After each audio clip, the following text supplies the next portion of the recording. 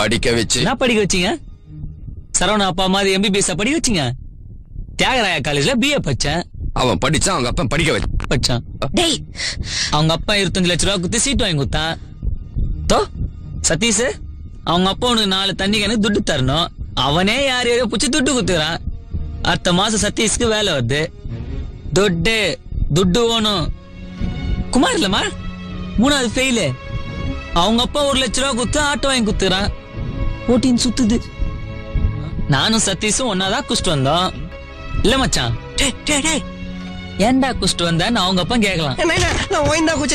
நீ கேட்க கூடாது. துட்டு எடுத்துட்டேன் சும்மா சீன் போட்டுக்கிறீங்க. நல்லா